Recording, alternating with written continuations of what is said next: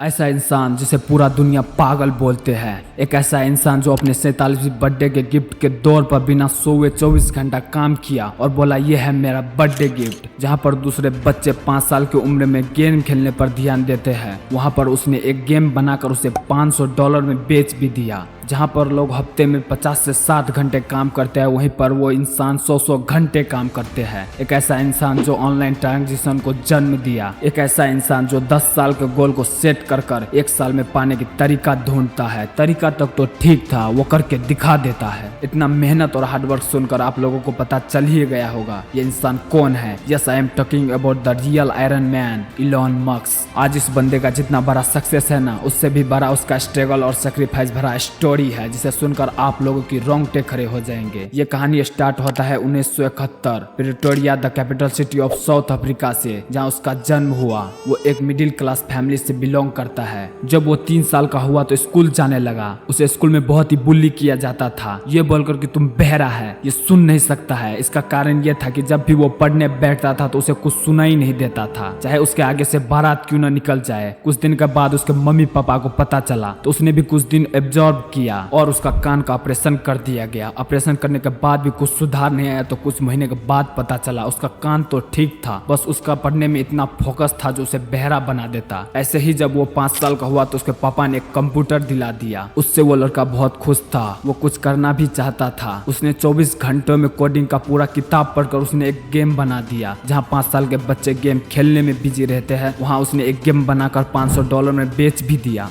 17 साल की उम्र में इलॉन मस्क ने पेंसिल्वेनिया यूनिवर्सिटी में एडमिशन लेकर कनाडा शिफ्ट हो गया, जहां पर उसे बहुत ही दोस्त भी बने। इलॉन मस्क को पार्टी करने का बहुत ही शौक था, लेकिन एक रजिस्ट्रेशन के कारण पब में जाना अलाउ नहीं था, तो उसने अपने दोस्त के साथ मिलकर एक ऐसा रूम रेंट पर लिया जहां वो पार्टी अरेंज कर पाते। कुछ दिन बाद उसने वहां पर एक लोकल पब खोल दिया, जिससे उससे वहां से इतना पैसा कमा लेते जिससे उसका घर का किराया और पॉकेट मनी भी बच जाया करते। कॉलेज खत्म होने के बाद उसने अपने भाई के साथ मिलकर अपना पहला कंपनी जिप2 लॉन्च कर दिया। जिप2 में उसने अलग अलग बिजनेसमैन को मैप प्रोवाइड करते थे, उससे बिजनेसमैन को बहुत हेल्प मिलता था और इससे इलॉन मस्क ने केवल 5 साल में $307 बिलियन में बेच दिया। इसमें केवल इलॉन मस्क का शेयर $22 मिलियन का था। अब इलॉन मस्क एक बड़ा बिजनेसमैन बन चुका था। अब उसके पास एक आलीशान घर, एक प्लेन और एक लग्जरी कार भी था। वहीं जब वो एक दिन बैंक गए हुए थे तो उसने देखा अपने ही पैसे निकालने के लिए बड़ा बड़ा लाइन लगा हुआ है। अगर हम लोग होते तो बैंक वाले को कंप्लेन करते, लेकिन उसने प्रॉब्लम को समझा और लॉन्च कर दिया X.com को, जहां इलॉन मस्क एक ईमेल के थ्रू ऑनलाइन मनी ट्रांसफर करते थे। शुरुआत में तो कोई विश्वास नहीं कर रहा था, लेकिन कुछ साल बाद कंपनी का अचानक से ग्रोथ बढ़ गया और आगे जाकर उसने कम्युनिटी के साथ मिलकर पेपल का जन्म दिया। जब अच्छी खासी ग्रोथ चल रहा था तो फिर ईबे ने पेपल को $1.6 बिलियन